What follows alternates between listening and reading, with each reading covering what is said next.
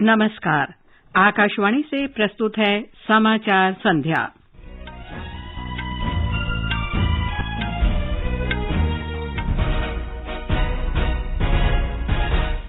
राष्ट्रपति द्रौपदी मुर्मू ने आज गुजरात में 1330 करोड़ रुपए की विभिन्न परियोजनाओं का लोकार्पण और शिलान्यास किया।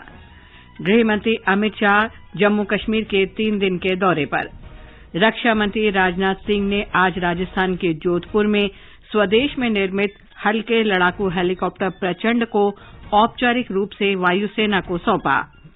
रेल मंत्री अश्विनी वैष्णव ने कहा, देश में प्रतिदिन 60,000 करोड़ रुपए की लागत से 200 रेलवे स्टेशन विकसित किए जा रहे हैं।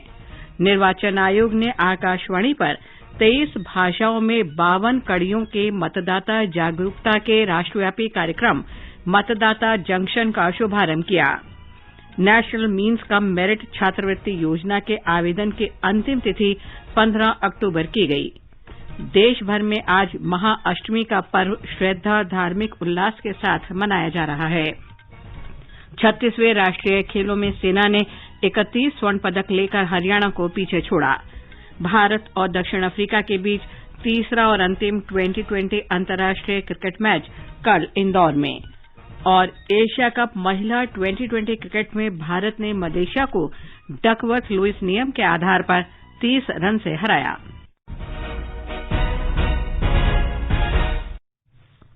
समाचार संध्या में नवीन सक्सेना के साथ मैं लवलीन निगम। राष्ट्रपति द्रौपदी मुर्मू ने आज गांधीनगर में GMERS परिसर में 1330 करोड़ रुपए की विभिन्न परियोजनाओं का उद्घाटन और शिलान्यास किया। इस अवसर पर श्रीमती द्रौपदी मुर्मू ने कहा कि ये परियोजनाएं लोक कल्याण में योगदान देंगी। गुजरात के विकास से जुड़ी स्वास्थ्य, मेडिकल एजुकेशन, सिंचाई, सड़क निर्माण तथा शिपिंग और वाटरवेज से जुड़ी विभिन्न परियोजनाओं का शिलान्यास और लोकार्पण करने का अवसर मिला। इन परियोजनाओं से रोजगार के नए अवसर पैदा होंगे तथा हमारे किसान भाई बहनों, छोटे व बड़े उद्यमियों को व्यापार के ओर अधिक अवसर मिलेंगे। राष्ट्रपति ने किसानों के बीच प्राकृतिक खेती के बारे में जागरूकता लाने के लिए गुजरात के राज्यपाल आचार्य देवव्रत के प्रयासों की सराहना की। उन्होंने कहा कि गुजरात के किसानों ने कृषि विकास के क्षेत्र में कई सफल प्रयोग किए हैं। देश की लगभग 5% आबादी गुजरात में निवास करते हैं, लेकिन कुल राष्ट्रीय कृषि उत्पादन का लगभग 20% योगदान गुजरात के किसान भाई बहनों द्वारा किया जा रहा है। गुजरात में किए गए कृषि विकास के सफल प्रयोग पूरे देश में अपनाए जा रहे हैं। मैंने 2 लिफ्ट इरिगेशन प्रोजेक्ट का उद्घाटन किया है। ऐसी परियोजनाओं के कार्यान्वयन होने से गुजरात के किसान भाई बहन और भी अधिक लाभान्वित होंगे। राष्ट्रपति ने गांधीनगर सिविल अस्पताल में सुपर स्पेशलिटी अस्पताल और क्रिटिकल केयर सेंटर की आधारशिला रखी। उन्होंने कहा कि स्वास्थ्य सेवाओं के क्षेत्र में गुजरात ने कई उदाहरण प्रस्तुत किए हैं। स्वास्थ्य के क्षेत्र में गुजरात ने प्रभावशाली उपलब्धियां हासिल की है। गर्भवती महिलाओं के लिए स्वास्थ्य कार्ड जारी करने वाला गुजरात भारत का पहला राज्य है। इसी वर्ष की शुरुआत में जामनगर में WHO के global centre for traditional medicine की आधारशिला भी रखी गई है। पारंपरिक चिकित्सा के क्षेत्र में WHO के वैश्विक केंद्र के माध्यम से भारत की पारंपरिक चिकित्सा के ज्ञान को पूरी विश्व तक ले जा सकेगी। नीति आयोग द्वारा वर्ष 2020-21 में जारी की गई एक रिपोर्ट के अनुसार sustainable development goal good health and well being को हासिल करने में गुजरात पूरे देश में प्रथम स्थान पर है। राष्ट्रपति के रूप में श्रीमती द्रौपदी मुर्मू की ये पहली गुजरात यात्रा है। उन्होंने सुबह साबरमती आश्रम में महात्मा गांधी की प्रतिमा पर पुष्पांजलि अर्पित की और गांधी आश्रम में चरखा भी चलाया। राष्ट्रपति कल महिला उद्यमियों के लिए गुजरात विश्वविद्यालय के स्टार्टअप प्लेटफॉर्म हर स्टार्ट का शुभारंभ करेंगी। श्रीमती मुर्मू अहमदाबाद में गुजरात विश्वविद्यालय में शिक्षा और आदिवासी विकास से संबंधित विभिन्न परियोजनाओं की आधारशिला भी रखेंगी। गृहमंत्री अमित शाह के आज से शुरू हो रहे दौरे को देखते हुए जम्मू कश्मीर में सुरक्षा बढ़ा दी गई है। राष्ट्रीय राजमार्ग और श्रीनगर, बारामूला, राजौरी तथा अन्य इलाकों में अतिरिक्त सुरक्षा बल तैनात किए गए हैं। हमारे संवाददाता ने खबर दी है कि गृह मंत्री कल राजौरी में और इससे अगले दिन बारामूला में जनसभाओं को संबोधित करेंगे। रक्षा मंत्री राजनाथ सिंह ने आज स्वदेश में निर्मित हल्के लड़ाकू हेलीकॉप्टर को औपचारिक रूप से भारतीय वायुसेना में शामिल किया। राजस्थान में जोधपुर वायुसेना केंद्र पर समारोह आयोजित हुआ। इन हेलीकॉप्टरों को 143 हेलीकॉप्टर यूनिट में शामिल किया जाएगा। हल्के लड़ाकू हेलीकॉप्टरों को प्रचंड नाम दिया गया है।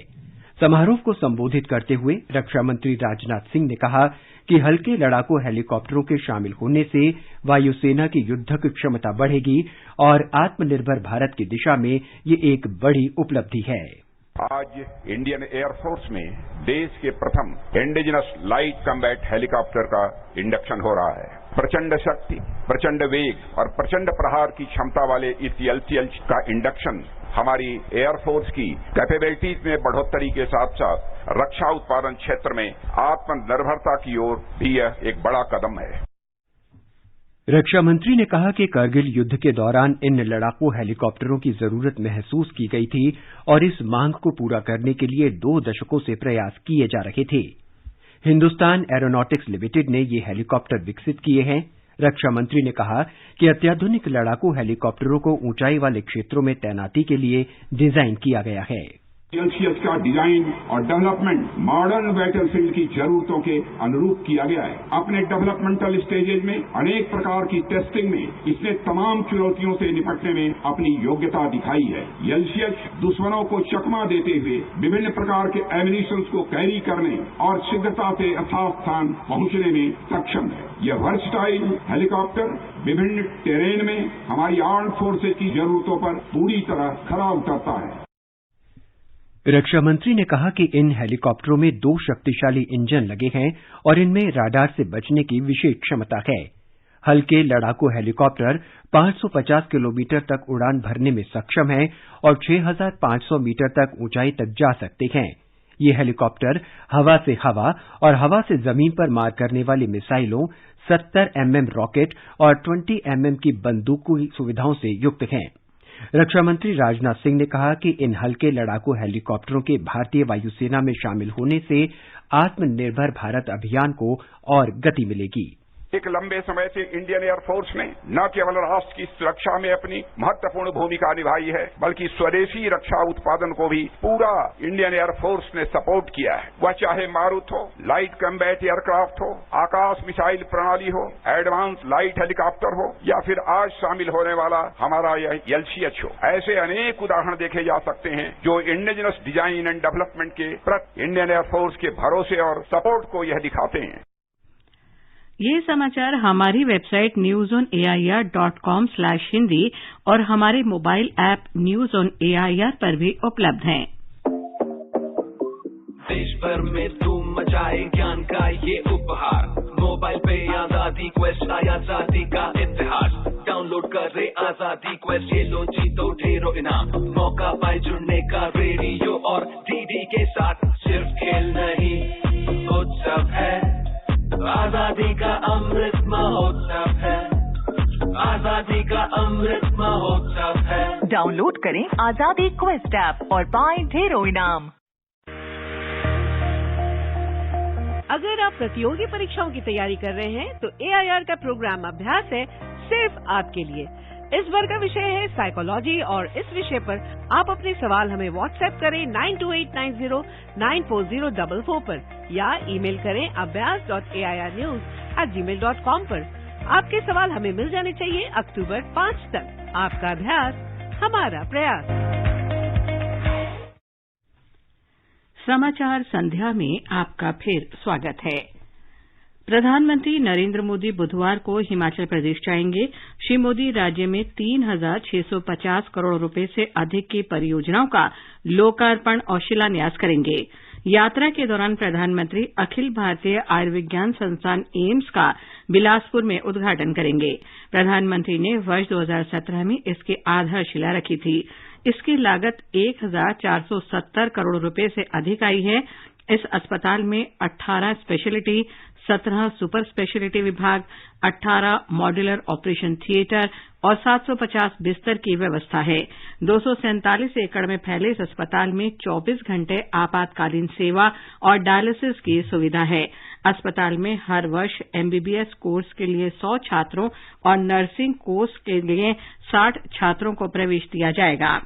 श्री मोदी पिंजौर से नालागढ़ तक राष्ट्रीय राजमार्ग 105 पर 1,690 करोड़ रुपए से अधिक की लागत की लगभग 31 किलोमीटर लंबी सड़क का शिलान्यास भी करेंगे। यात्रा के दौरान प्रधानमंत्री कुल्लू दशहरा समारोह में भाग लेंगे। प्रधानमंत्री कुल्लू दशहरा समारोह में पहली बार भाग ले रहे हैं। रेल मंत्री अश्विनी वैष्णव ने कहा है कि देश में हर रोज 14 किलोमीटर रेल लाइन बिछाई जा रही है। 60,000 करोड़ रुपए की लागत से रेलवे स्टेशनों को आधुनिक बनाया जा रहा है। आज औरंगाबाद रेलवे स्टेशन पर पिटलाइन की आधारशिला रखने के बाद एक सभा को संबोधित करते हुए श्री वैष्णव ने कहा कि केंद्र ने महाराष्ट्र में रेलवे के विकास के लिए 11,000 करोड़ रुपए आवंटित किए हैं। उन्होंने कहा कि रेलवे स्टेशनों में रूफ प्लाजा और अन्य सुविधाएं विकसित की जा रही हैं। रेल मंत्री ने कहा कि वंदे भारत रेलगाड़ियां जल्द ही पूरे देश में चलने लगेंगी। लातूर में मराठवाड़ा रेल कोच फैक्ट्री में इन रेलगाड़ियों के लिए डिब्बे तैयार किए जाएंगे। उन्होंने कहा कि मराठवाड़ा क्षेत्र में प्रत्येक जिले को गतिशक्ति परियोजना के तहत राजमार्ग, वायुमार्ग या रेल मार्ग से जोड़ा जाएगा। बाद में रेल मंत्री ने जालाना में एक कोच रखरखाव कारखाने की आधारशिला भी रखी। भारतीय रेल ने 500 मेल एक्सप्रेस रेलगाड़ियों को सुपरफास्ट गाड़ियों में बदल दिया है। इसके अलावा 130 रेलगाड़ियों को सुपरफास्ट बना दिया गया है। रेल मंत्रालय ने आधिकारिक वेबसाइट पर रेलगाड़ियां एक नजर में के नाम से जारी अपनी नई समय सारणी में इसकी जानकारी दी। ये समय सारणी पिछले शनिवार से लागू हो गई है। मंत्रालय के अनुसार अब 84% मेल और एक्सप्रेस रेलगाड़ियां समय पर चल रही हैं।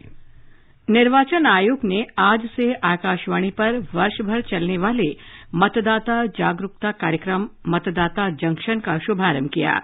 इस कार्यक्रम की 52 कड़ियां होंगी, जिनकी अवधि 15 मिनट की होगी। इसे प्रत्येक शुक्रवार को विविध भारती स्टेशनों, एफएम रेनबो, एफएम गोल्ड और आकाशवाणी के मुख्य चैनलों पर देश भर में 23 भाषाओं में प्रसारित किया जाएगा। मुख्य निर्वाचन आयुक्त राजीव कुमार ने निर्वाचन आयुक्त अनूप चंद्र पांडे, प्रसार भारती के मुख्य कार्यकारी अधिकारी मयंक कुमार अग्रवाल और आकाशवाणी की महानिदेशक समाचार वसुधा गुप्ता की उपस्थिति में इसका शुभारंभ किया। इस अवसर पर मुख्य निर्वाचन आयुक्त राजीव कुमार ने कहा कि ये कार्यक्रम देश भर के मतदाताओं में जागरूकता पैदा करने में मदद करेगा। कार्यक्रम की प्रत्येक कड़ी चुनाव प्रक्रिया के एक विशेष विषय पर आधारित होगी। जो 52 एपिसोड्स हैं, इसमें बहुत सारी सूचना और बहुत सारी सूचना का द्विपक्षीय आदान प्रदान सबके साथ में होगा। जैसे वोटर लिस्ट में नाम शामिल करना है, तो ऐसा नहीं है कि आप किसी का भी नाम शामिल कर सकते हैं और ऐसा भी नहीं है किसी का नाम छूट जाएगा।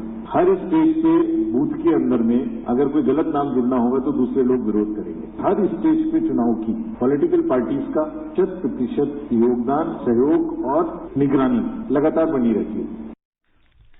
मुख्य निर्वाचन आयुक्त ने अभिनेता पंकज त्रिपाठी को निर्वाचन आयोग का राष्ट्रीय आइकन घोषित किया है। श्री मयंक कुमार अग्रवाल ने दूरदर्शन, आकाशवाणी और निर्वाचन आयोग के बीच परस्पर सहयोग की सराहना करते हुए कहा कि ये सहयोग देश के मतदाताओं को शिक्षित और जागरूक बनाने की दिशा में महत्वपूर्ण कदम है। इस साप्ताहिक कार्यक्रम में मतदाताओं के लिए आवश्यक सभी जानकारियां दी जाएंगी। इसे प्रत्येक शुक्रवार को आकाशवाणी के नेटवर्क पर प्रसारित किया जाएगा। हमारे संवाददाता ने खबर दी है कि 15 मिनट का ये कार्यक्रम शाम 7 से 9 बजे के बीच चैनलों पर स्लॉट के हिसाब से प्रसारित होगा। कार्यक्रम का पहला एपिसोड इसी महीने की 7 तारीख को प्रसारित किया जाएगा। इस कार्यक्रम को Twitter @AIR news alerts, news on AIR app और आकाशवाणी के YouTube चैनल पर भी सुना जा सकता है। आकाशवाणी का समाचार सेवा प्रभाग आज रात 9:15 पर विशेष कार्यक्रम स्पॉटलाइट में मुख्य निर्वाचन आयुक्त राजीव कुमार के साथ एक विशेष भेंटवार्ता प्रसारित करेगा।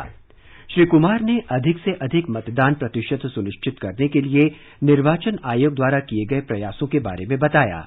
हम 400-500 लोगों की कुल संस्था है और जब चुनाव आता है तो हम 1 करोड़ से ऊपर के लोगों में परिवर्तित हो जाते हैं। हर डिस्ट्रिक्ट मजिस्ट्रेट, हर एसपी, हर पुलिस पर्सनल, सारे डिपार्टमेंट्स हमारे साथ जुड़ जाते हैं। Railway, paramilitary forces, CPF, CRPF, ITBP, BSF, हर आदमी जुड़ जाता है हमारे साथ चुनाव कराने में। और उसी में अनगिनत पत्रकार और इलेक्ट्रॉनिक मीडिया के भी सब लोग हमारे साथ ऑटोमेटिक जुड़ जाते हैं। तो आप सोचिए 400 लोगों से बढ़ के 1 करोड़ 10-12 लाख लोगों का एक तंत्र किस तरीके से चुनाव को डिलीवर करता है, ये अपने आप में गजूआ है। ये पूरा साक्षात्कार एफएम गोल्ड चैनल और अतिरिक्त मीटरों पर सुना जा सकता है। ये कार्यक्रम हमारी वेबसाइट newsonair.nic.in और हमारे YouTube channel news on AIR official पर भी उपलब्ध होगा। सूचना और प्रसारण मंत्रालय ने मीडिया को ऑनलाइन सट्टेबाजी प्लेटफॉर्मों के विज्ञापन प्रकाशित करने से परहेज करने की सलाह दी है। मंत्रालय ने कहा है कि कुछ ऑनलाइन सट्टेबाजी प्लेटफॉर्मों ने टीवी चैनलों पर अपने विज्ञापन दिखाने के लिए समाचार वेबसाइट का उपयोग करना शुरू कर दिया है। मंत्रालय ने निजी सैटेलाइट टेलीविजन चैनलों और online curated content OTT platform के नाम जारी किए गए परामर्श में ये बात कही। आगे बढ़ने से पहले मुख्य समाचारों पर एक नजर। राष्ट्रपति द्रौपदी मुर्मू ने आज गुजरात में 1330 करोड़ रुपए की विभिन्न परियोजनाओं का लोकार्पण और शिलान्यास किया। गृहमंत्री अमित शाह जम्मू कश्मीर के 3 दिन के दौरे पर। रक्षा मंत्री राजनाथ सिंह ने आज राजस्थान के जोधपुर में स्वदेश में निर्मित हल्के लड़ाकू हेलीकॉप्टर प्रचंड को औपचारिक रूप से वायुसेना को सौंपा। रेल मंत्री अश्विनी वैष्णव ने कहा, देश में 60,000 करोड़ रुपए की लागत से 200 रेलवे स्टेशन विकसित किए जा रहे हैं। निर्वाचन आयोग ने आकाशवाणी पर 23 भाषाओं में 52 कड़ियों के मतदाता जागरूकता के राष्ट्रव्यापी कार्यक्रम मतदाता जंक्शन का शुभारंभ किया। नेशनल मीन्स कम मेरिट छात्रवृत्ति योजना के आवेदन की अंतिम तिथि 15 अक्टूबर की गई। देश भर में आज महाअष्टमी का पर्व श्रद्धा और धार्मिक उल्लास के साथ मनाया जा रहा है। 36वें राष्ट्रीय खेलों में सेना ने 31 स्वर्ण पदक लेकर हरियाणा को पीछे छोड़ा। भारत और दक्षिण अफ्रीका के बीच तीसरा और अंतिम 2020 अंतर्राष्ट्रीय क्रिकेट मैच कल इंदौर में और एशिया कप महिला 2020 क्रिकेट में भारत ने मलेशिया को डकवर्थ लुईस नियम के आधार पर 30 रन से हराया। नेशनल मीन्स कम मेरिट छात्रवृत्ति योजना के लिए आवेदन की अंतिम तिथि 15 अक्टूबर कर दी गई है। आर्थिक रूप से कमजोर वर्गों के मेधावी विद्यार्थियों को 8वीं कक्षा के बाद स्कूल छोड़ने से रोकने और माध्यमिक स्तर तक पढ़ाई जारी रखने के लिए छात्रवृत्ति दी जाती है। शिक्षा मंत्रालय ने कहा है कि इस योजना के अंतर्गत सरकारी सहायता प्राप्त और स्थानीय निकाय के स्कूलों के चयनित छात्रों के लिए 9वीं से 12वीं कक्षा तक प्रतिवर्ष 12,000 रुपए दिए जाते हैं। ये राशि सीधे विद्यार्थियों के बैंक खातों में भेज दी जाती है। इस छात्रवृत्ति का लाभ उन्हीं विद्यार्थियों के लिए है जिनके माता पिता की वार्षिक आय 3,50,000 रुपए से कम है।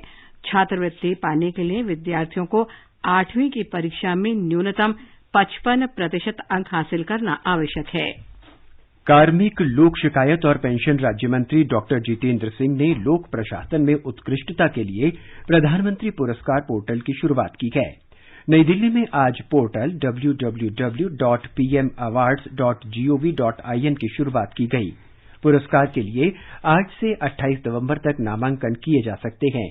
इस अवसर पर डॉक्टर जितेंद्र सिंह ने कहा कि वर्ष 2014 के बाद प्रधानमंत्री उत्कृष्टता पुरस्कार की अवधारणा और प्रारूप पूरी तरह बदल गया है। उन्होंने कहा कि इस योजना का उद्देश्य रचनात्मक प्रतिस्पर्धा, नवाचार, जवाबदेही और संस्थानीकरण को बढ़ावा देना है। आज देश भर में महाअष्टमी श्रद्धा और धार्मिक उल्लास के साथ मनाई जा रही है। इस दिन भक्त महागौरी के रूप में मां दुर्गा की पूजा करते हैं और कन्या पूजन भी किया जाता है। प्रधानमंत्री नरेंद्र मोदी ने महाअष्टमी के पावन अवसर पर लोगों को बधाई दी है। श्री मोदी ने एक ट्वीट में कामना की है कि मां महागौरी सभी के जीवन में समृद्धि और सफलता लाएं। उन्होंने अपने ट्विटर हैंडल पर मां महागौरी की स्तुति का पाठ भी साझा किया है।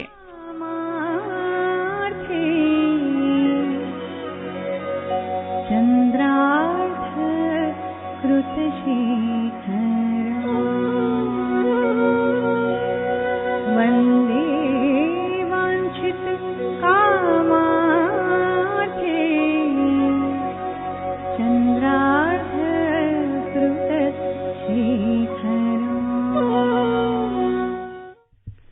36वें राष्ट्रीय खेलों के चौथे दिन सेना 31 स्वर्ण पदक जीतकर हरियाणा को पीछे छोड़ते हुए पदक तालिका में शीर्ष पर आ गया है। हरियाणा को अब तक 23 स्वर्ण पदक हासिल हुए हैं, जबकि महाराष्ट्र 14 स्वर्ण के साथ तीसरे स्थान पर बना हुआ है। आज सेना के सुब्रमण्यम शिवा ने पुरुषों की पोल वॉल्ट में 5.31 मीटर का नया राष्ट्रीय रिकॉर्ड बनाया। भारोत्तोलन में अरुणाचल प्रदेश के सैम्बो लापुंग ने पुरुषों के 96 किलोग्राम क्लीन एंड जर्क में 198 किलोग्राम भार उठाकर स्वर्ण पदक जीतकर नया राष्ट्रीय रिकॉर्ड कायम किया। वहीं महाराष्ट्र की कोमल वाकले ने महिलाओं के 87 किलोग्राम भार वर्ग में स्वर्ण पदक हासिल किया। तैराकी की डाइविंग स्पर्धा में महाराष्ट्र की रितिका श्रीराम ने महिलाओं की 3 मीटर स्प्रिंगबोर्ड डाइविंग में स्वर्ण पदक जीता। वहीं निशानेबाजी में पंजाब की सिफ्त कौर ने महिलाओं की 50 मीटर राइफल 3 पोजीशन में स्वर्ण पदक हासिल किया। भारत और दक्षिण अफ्रीका के बीच 3 2020 क्रिकेट मैचों की श्रृंखला का अंतिम मुकाबला कल इंदौर के होलकर स्टेडियम में खेला जाएगा। मैच शाम 7 बजे से शुरू होगा। भारतीय टीम प्रबंधन ने विराट कोहली को इस मैच में आराम देने का फैसला किया है।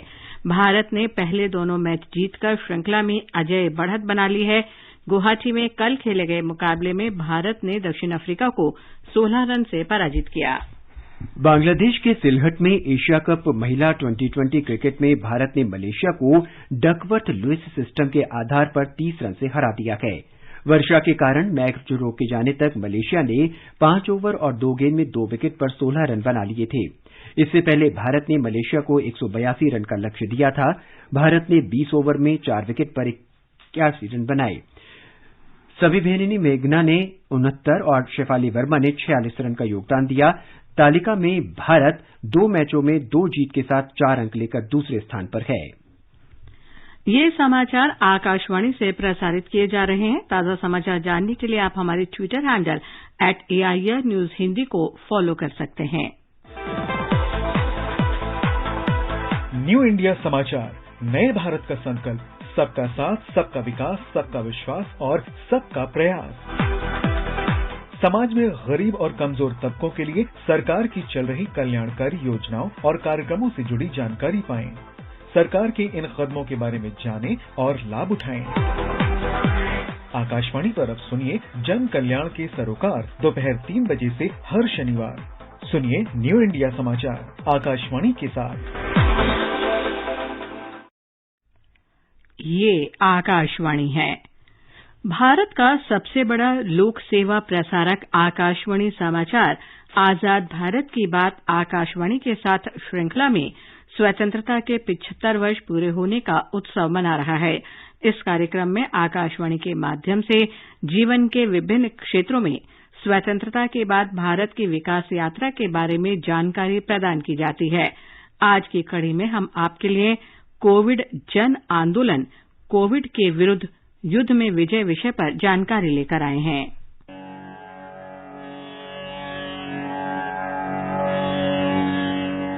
भारत ने दुनिया में कोविड महामारी के विरुद्ध सबसे सफल लड़ाई लड़ी है। देश में निर्मित कोविड के 2 टीकों के साथ भारत ने महामारी के विरुद्ध लड़ाई को अंतिम चरण में ले जाते हुए दुनिया का सबसे बड़ा टीकाकरण अभियान शुरू किया। इसने केवल 18 महीनों में 200 करोड़ से अधिक कोविड टीके लगाने की ऐतिहासिक उपलब्धि भी हासिल की। ये संभवतः ज्ञान, नवाचारों और आपसी सहयोग का उपयोग करते हुए मानवता की लड़ी गई सबसे कठिन लड़ाइयों में से एक थी। 76वीं स्वतंत्रता दिवस की पूर्व संध्या पर राष्ट्र के नाम संबोधन में राष्ट्रपति द्रौपदी मुर्मू ने कहा था कि भारत निश्चित रूप से आत्मनिर्भर बनने की दिशा में अग्रसर है, जो कई विकसित देशों की तुलना में बेहतर उपलब्धियों के साथ कोविड महामारी से निपटने में सफल रहा है। We all already on course to build an Atmanirbhar Bharat. In India, that would have realized its true potential. The world has seen a new India rising in recent years, more so after the outbreak of COVID-19. Our response to the pandemic has been appreciated everywhere. We launched the biggest vaccination drive in human history with vaccines manufactured in the country itself. 15 अगस्त 2022 को स्वतंत्रता दिवस संबोधन के दौरान प्रधानमंत्री नरेंद्र मोदी ने Covid महामारी के विरुद्ध लड़ाई में एक साथ आने के लिए देश के नागरिकों की सराहना की थी। श्री मोदी ने इस बात पर प्रकाश डालते हुए कहा कि कोविड के विरुद्ध देश के नागरिकों की एकजुट लड़ाई सामान्य चेतना का एक उदाहरण है। दुनिया कोरोना के कालखंड में वैक्सीन लेना या न लेना, वैक्सीन काम का है कि नहीं है, उस उलझन में जी रहा था। उस समय मेरे देश के गांव गरीब भी 200 करोड़ डोज दुनिया को चौंका देने वाला काम करके दिखा देते हैं। यही चेतना है, यही सामर्थ्य है। इस सामर्थ्य ने आज देश को एक नई ताकत दी है। कोरोना संक्रमण की जानकारी प्राप्त करने के लिए आरोग्य सेतु ऐप का शुभारंभ किया गया था, जबकि बड़े पैमाने पर टीकाकरण की सुविधा के लिए कोविन प्लेटफॉर्म का उपयोग किया गया। आकाशवाणी समाचार कोविड महामारी के बारे में जागरूकता बढ़ाने और जनता को सबसे प्रामाणिक, विश्वसनीय तथा वास्तविक समाचार प्रदान करने के लिए सबसे आगे रहा है। आकाशवाणी मुख्यालय और इसकी क्षेत्रीय समाचार इकाइयों ने समाचार बुलेटिन की अवधि में उल्लेखनीय वृद्धि की और समय की जरूरत को पूरा करने और अधिक से अधिक लोगों की जान बचाने के लिए समाचार कार्यक्रम के हिस्से के रूप में विशेष श्रृंखला भी शुरू की। इन कार्यक्रमों में कोरोना जागरूकता श्रृंखला, दैनिक लाइव फोन इन कार्यक्रम, शीर्ष चिकित्सा विशेषज्ञों और आम जनता के साथ कोविड महामारी के प्रकोप और संबंधित पहलुओं के बारे में जागरूकता बढ़ाना शामिल है। आकाशवाणी समाचार ने भारत की वैक्सीन मैत्री पहल के अंतर्गत 100 से अधिक देशों को टीके पहुंचाने को भी प्रमुख रूप से अपने कार्यक्रमों में शामिल किया। दुनिया की फार्मेसी के रूप में पहचान बनाने वाले भारत ने संयुक्त राष्ट्र शांति सैनिकों के लिए 2 लाख कोविड टीके उपहार में प्रदान किए। संयुक्त राष्ट्र प्रमुख अंतोनियो गुतरश ने कोविड महामारी के खिलाफ वैश्विक लड़ाई में भारत के नेतृत्व और दुनिया भर में कोविड टीकों की आवश्यक आपूर्ति के प्रयासों की सराहना की। विश्व बैंक ने कहा है कि कोविड महामारी पर नियंत्रण के लिए भारत ने तीव्र गति से कार्य करते हुए कई महत्वपूर्ण उपायों को लागू किया।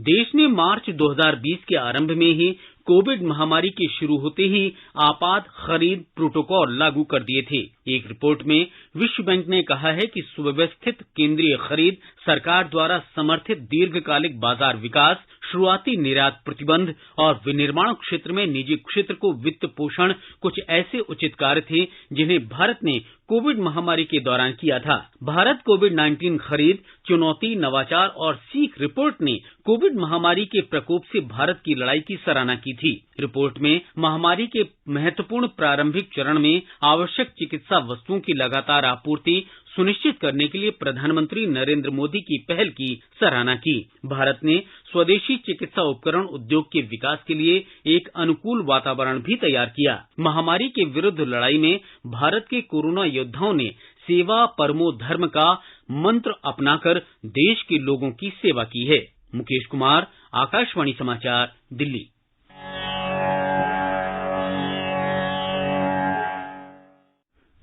आजाद भारत की बात आकाशवाणी के साथ कार्यक्रम को ट्विटर पर @AIR news alerts, YouTube channel news on AIR official, news on AIR app, Facebook और इंस्टाग्राम पर सुना जा सकता है। बंबई शेयर बाजार का संवेदी सूचकांक आज 638 अंक लुढ़ककर 56,789 पर बंद हुआ। नेशनल स्टॉक एक्सचेंज का निफ्टी भी 207 अंक टूटकर 16,887 पर आ गया। स्वीडन के स्वांते पाबो को चिकित्सा के क्षेत्र में नई खोज के लिए 2022 के नोबेल पुरस्कार से सम्मानित किया गया है। उन्हें यह पुरस्कार मानवों के विलुप्त पूर्वजों और मानव विकास की आनुवांशिकी जीनोम से जुड़ी खोजों के लिए दिया गया है। और अंत में मुख्य समाचार एक बार फिर। राष्ट्रपति द्रौपदी मुर्मू ने आज गुजरात में 1,330 करोड़ रुपए की विभिन्न परियोजनाओं का लोकार्पण और शिलान्यास किया। गृह मंत्री अमित शाह जम्मू कश्मीर के 3 दिन के दौरे पर। रक्षा मंत्री राजनाथ सिंह ने आज राजस्थान के जोधपुर में स्वदेश में निर्मित हल्के लड़ाकू हेलीकॉप्टर प्रचंड को औपचारिक रूप से वायुसेना को सौंपा।